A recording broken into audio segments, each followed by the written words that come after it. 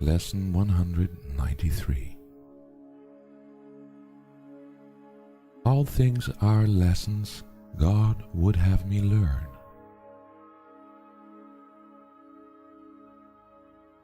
God does not know of learning, yet His will extends to what He does not understand, in that He wills the happiness His Son inherited of Him be undisturbed, eternal, and forever gaining scope, eternally expanding in the joy of full creation, and eternally open and wholly limitless in Him. This is His will.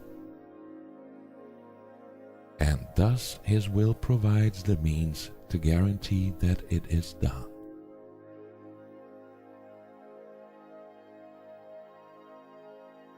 God sees no contradictions, yet His Son believes He sees them. Thus He has a need for one who can correct His erring side and give Him vision that will lead Him back to where perception ceases. God does not perceive it all, yet it is He who gives the means by which perception is made true and beautiful enough to let the light of heaven shine upon it. It is He who answers what His Son would contradict and keeps His sinlessness forever safe. God offers no forgiveness, for He knows no sin is possible. And yet He let His holy law of love be given form in which it could be offered to the world. And He created one who could perceive what form this law should take, to be received by every mind which had forgotten it, as it exists in heaven and in God. Thus He encompassed what He could not sue, nor understand, by giving of His love and making answer to a question which, though meaningless, His Son had asked of Him. The one whom God created to replace the foolish thoughts which crept into the mind of His most holy Son with peace and joy, fulfills His function now. He redirects each lesson you would teach in hate to one in which forgiveness enters, and returns the hate to love, so that the fear is gone. And now guilt cannot enter, for its source has been excluded as the purpose of the lesson has been changed to guiltlessness. The hatred has been rooted out by love. These are the lessons God would have you learn. His will reflects them all, and they reflect His loving kindness to the Son He loves. Each lesson has a central thought, the same in all of them. The form alone is changed with different circumstances and events, with different characters and different themes apparent but not real. They are the same in fundamental content. It is this: forgive and you will see this differently. Certain it is that all distress does not appear to be but unforgiveness. Yet that is the content underneath the form. It is this sameness which makes learning sure, because the lesson is so simple that it cannot be rejected in the end. No one can hide forever from a truth so very obvious that it appears in countless forms, and yet is recognized as easily in all of them, if one but wants to see the simple lesson there. Forgive and you will see this differently. Those are the words the Holy Spirit speaks in all your tribulations, all your pain, all suffering regardless of its forms. These are the words with which temptation ends and guilt, abandoned, is revered no more. These are the words which end the dream of sin and rid the mind of fear. These are the words by which salvation comes to all the world. Shall we not learn to say these words when we are tempted to believe that pain is real and death becomes our choice instead of life? Shall we not learn to say these words when we have understood their power to release all minds from bondage? These are words which give you power over all events which seem to have been given power over you. You see them rightly when you hold these words in full awareness, and do not forget these words apply to everything you see or any brother looked upon amiss.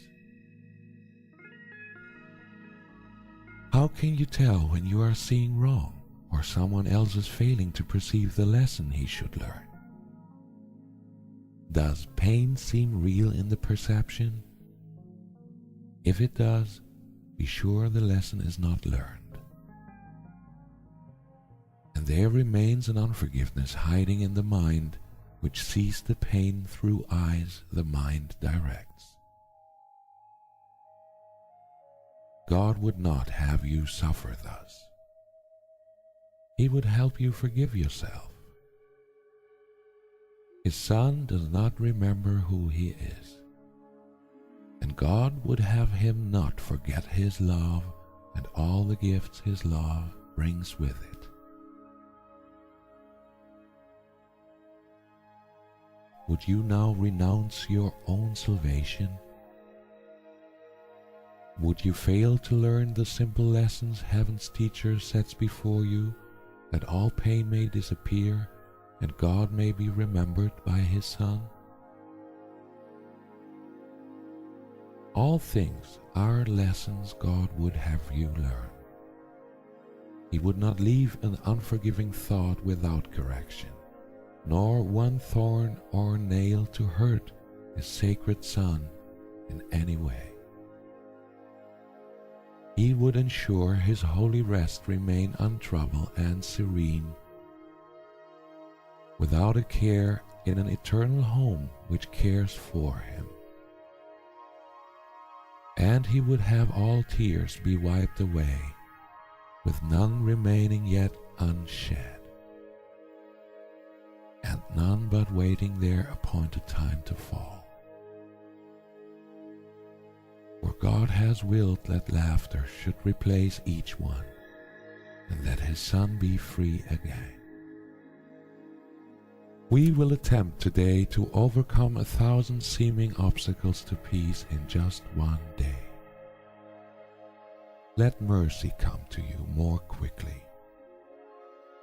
Do not try to hold it off another day, another minute, or another instant. Time was made for this. Use it today for what its purpose is. Morning and night, devote what time you can to serve its proper aim, and do not let the time be less than meets your deepest need.